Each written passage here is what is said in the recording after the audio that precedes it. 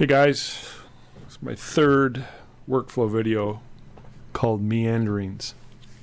And you can see one of my websites, it's down. So I got hacked. So I'm trying to figure that out. Just so you know, I work with knownhost.com, and I have a server with them, and I can host as many websites as I want. They have amazing support. This is really, really important to me. I realized years ago when I first got my first server back in 2003 that support was a real sketchy area, and I asked a good friend of mine who was he's an IT guy, very, very proficient in that area, and I asked him, I said, what's with these IT people?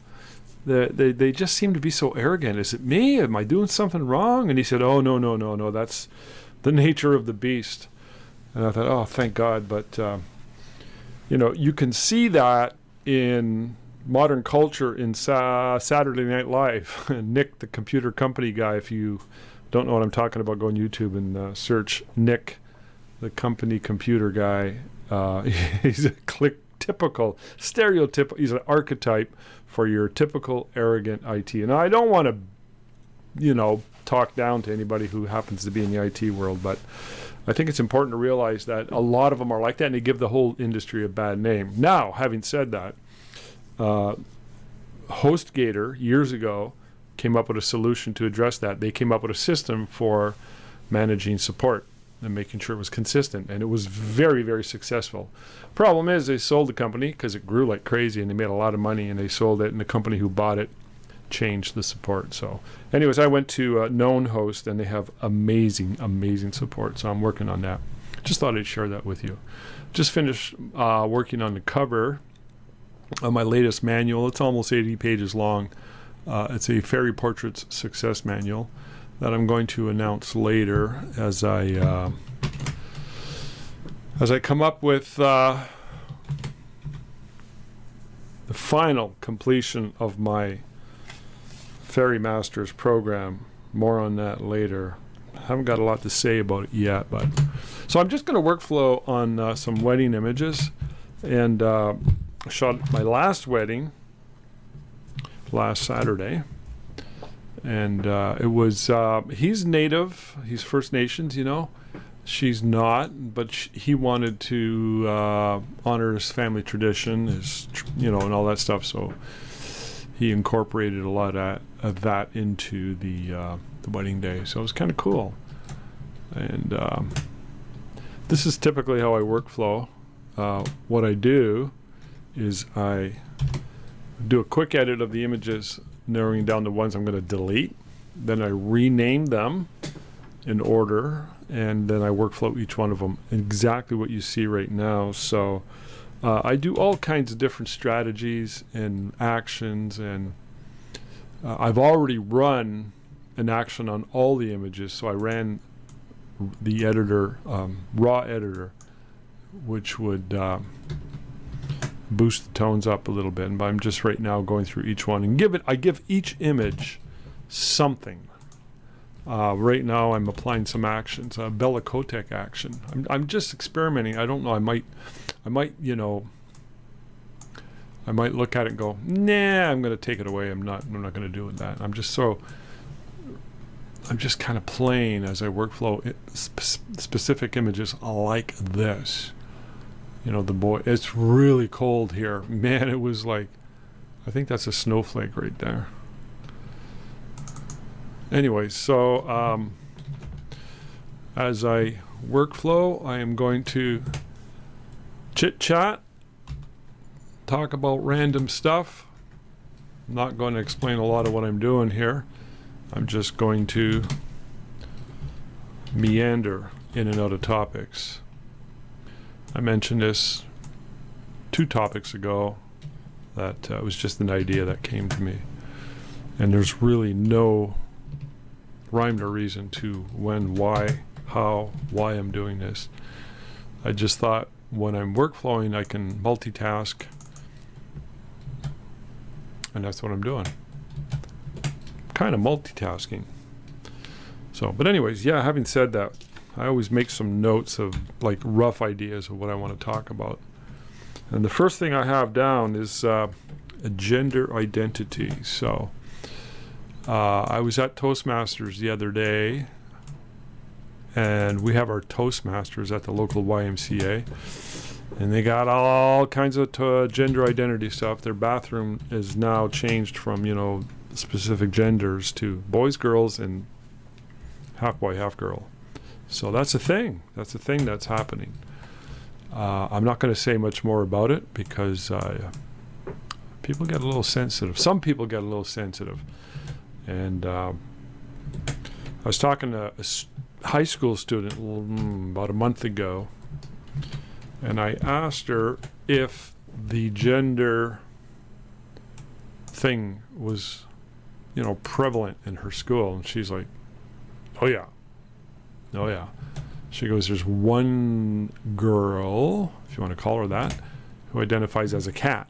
So apparently they put a litter in the litter box in the bathroom. I've confirmed it. It's true with pretty reliable sources. It might be an exaggeration, but apparently it's true. Isn't that weird? Don't you think that's weird? You identify as a cat, and the institutions are playing along with it in their, installing a kitty litter box in the bathroom. Anyways, it's like, wow. What do you think? I say nothing more on that. I just find it's interesting. So, what I'm doing right now, watch this. Boom. Double layer, multiply. Darkens everything. And then I'm erasing. It's kind of a high opacity. I'm erasing. I think that's what I want to do. I don't know. I'm kind of like, do I want to do that? It's not bad. Let's try running a Bella Kotek action on it. So I was talking to somebody last night. I kind of like that. Do you like that? Maybe I'll reduce it a little bit. Tell me what you think. So if I do that for that, I got to do that for all the images that are similar poses. See, so I went from that to that. That Bella Kotek's got some of the best actions. I use them probably more than any other action. Oh, there we go. Okay, I'm going to go black and white on the second one. One color, one black and white. There's a full length shot. Okay, so I just did a duplicate layer. So yeah, my daughter has a new boyfriend. His name's Mario. He's from Honduras. Smart as a whip. Holy moly, this guy's smart. I couldn't believe it. He reads a lot. And his father was a colonel in the Honduras army. And his father read a lot. So that influenced him quite a bit. Anyways, he went to university in Honduras in civil engineering.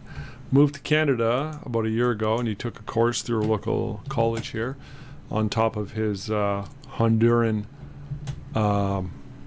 degree. And he's working in his field, and he's trying to get residency here. So that's kind of cool. Smart guy. Anyways, we had him over for supper, and we were talking about movies. And he talked about a series on Netflix that he really enjoyed called Black Mirror. Have you seen Black Mirror? And I told him, yeah, I thought Black Mirror was an excellent series, but I only watched, I think, 4, maybe 5 episodes, and I couldn't watch anymore. And the reason why is because, sorry, hold on.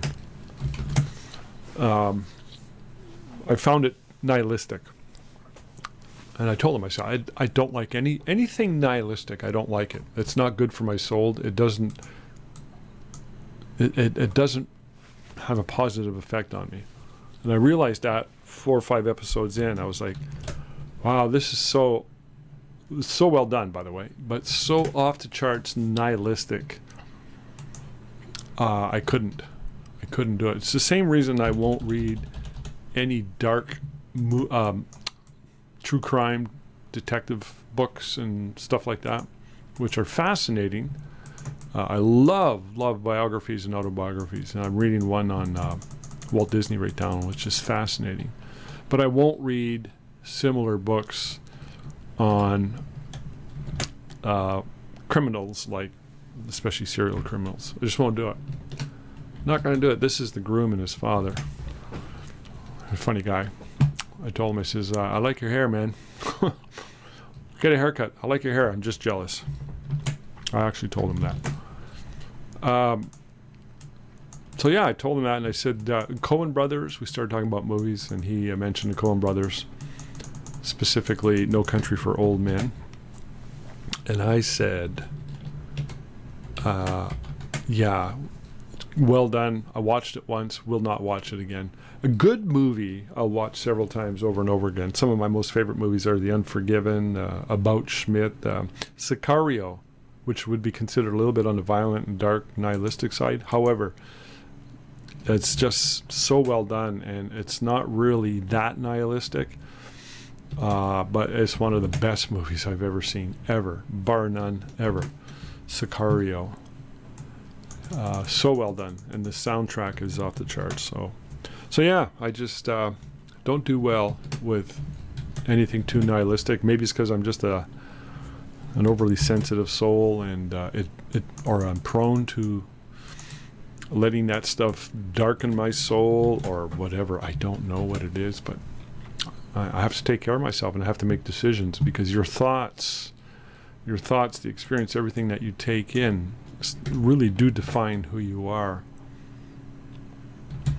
which is part and parcel of what you might consider to be qualified under the description of the laws of attraction, which I think is a legitimate thing, by the way. I totally think it is. And lately, last year and a half, I've been reading Neville Goddard. If you're not sure who he is, just go on any bookstore. I buy mine from Google Books, and they're pretty cheap. A lot of books are compilations of some of the speeches he did, and he's big into that. He's been long gone. He died in like 1969. However, worth checking out. You might enjoy it. Neville Goddard. So there's a lot of fascination there. You know, and I'm not saying it's got the answers or that I know the answers. I'm just saying that it's fascinating. There's nothing wrong with being fascinating, even if things are kind of hooey sounding or esoteric. So you might say a lot of physics are starting to approach the, at the quantum level. It's interesting stuff. I enjoy that stuff. I guess the reason is that I'm always on the search for answers. Why are we here? Why are we here?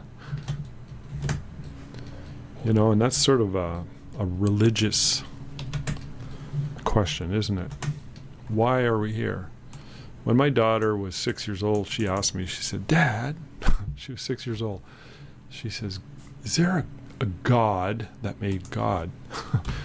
And I was like, what? Where'd you come up with that question? And she said, I don't know, I just was thinking about it. And I said, well, that's really interesting.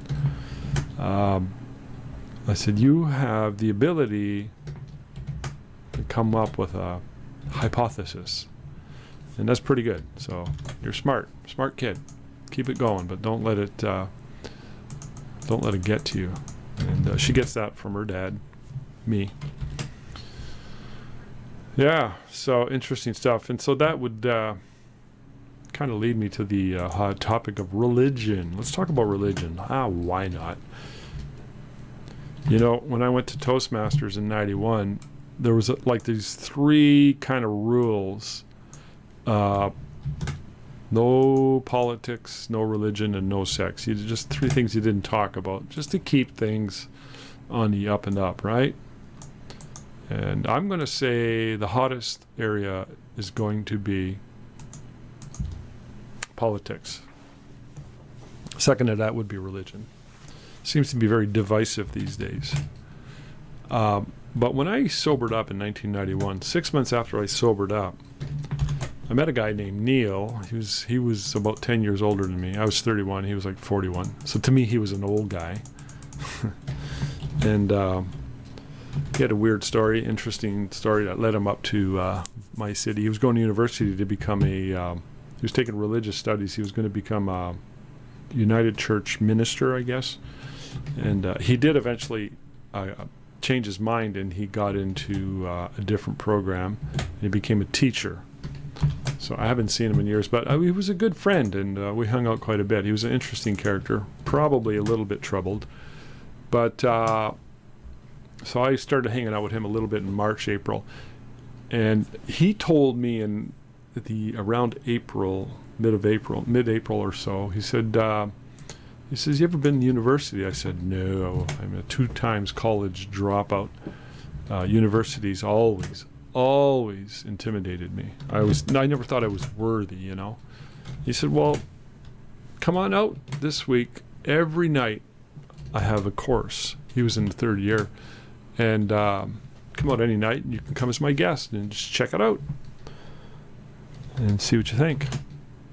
Yeah, he was taking philosophy and sociology and all this stuff and some religious studies. So I said, well, okay, I'll come out on Wednesday. So I went on Wednesday at 6 or 7 at night. And I fell in love with it. It was religious studies and the elderly. It was a 3rd year program or course. And it was an intercession. So it was like worth half a credit or something like that. I think. I don't remember. No, it was a full credit, but you had to go twice a week. That's right. You had to double up on the studies. Anyways, never been to university before. Here I am sitting in this university course, taking a religious studies credit. I loved it. So I went back and I took another credit that fall in Religious Studies 101. Now you might wonder, well, why religious studies? Well, it's fascinating. Okay, it's not like I'm some big religious guy. I'm not. But I think religion is the non-stop, ongoing creation of literature, stories, symbols, art, mythology, etc., etc., etc. As we're trying to define a set of principles, a set of moral codes and ways of living. So that's really what it is. And that's a large part of what defines, say, something like the Bible.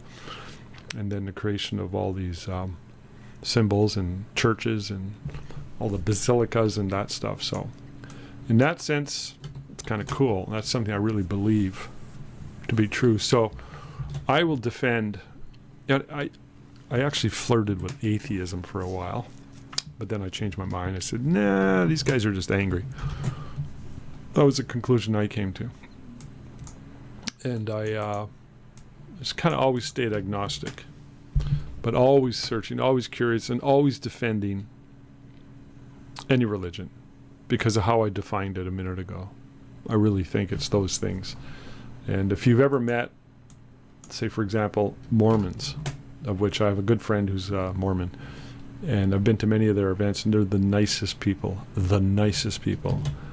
So some people are like, yeah, but it's a weird religion and blah, blah, blah, blah. I'm like, so what? So what? That's just your belief. You think it's weird. Is it? You think about any religion. Think about Christianity and all of the weird stuff that goes along with it, and you might say the same thing about it. That's just a weird religion. It doesn't matter to me. It's like what my Aunt Esther used to say. And she told my daughter, my Aunt Esther died when she was 96, a couple of years ago. But she was getting quite elderly. Anyway, she was a real lover of life and people, and we went to see her a couple of years before she died. She loved younger people. So she's talking to my daughter, and she goes, you got a boyfriend? And my daughter's like, whatever she said, I don't remember. And Esther said, well, remember, don't marry for love. Marry for characteristics. Love will come later. So it's the characteristics and the values that she was trying to say. I mean, it made a lot of point. You may or may not disagree with that statement, but it made a lot of sense in that respect. Hello, Tina's in the house, and I'm just about finished these this series of images. Anyway, so yeah, so that's what I got to say about that. Find it fascinating, nevertheless, and something that holds within it a certain grain of truth and a certain element of curiosity for me. So with this particular wedding, there's about 510 images, 510 finals. So I'll take most of those. I'll make a slideshow, set the music. I still use Pro Show Producer, which is no longer, it's defunct, it's gone. But I have a copy of it on one of my older computers. So if I lose that, I don't know what I'm going to do. So if you know of a good slideshow creation software besides Animoto, I might go to Animoto, but I've used them for years. What I didn't like about Animoto was I could never get the images to time with the song with the end of the show. So there'd be like 20 seconds of dead space, but images still going on towards the end. And I didn't like that. To me, that was like not good. And the effects were good. You didn't have a lot of control over the effects, but with Pro Show Producer, it was amazing. So I'm kind of sad that they're gone. They did, when they shut her down, they did suggest an alternative. I can't remember the name of it, but I did try it. I did not like it. I don't remember what it was, though. There we go. Come out. I'm trying to flatten it. There we go.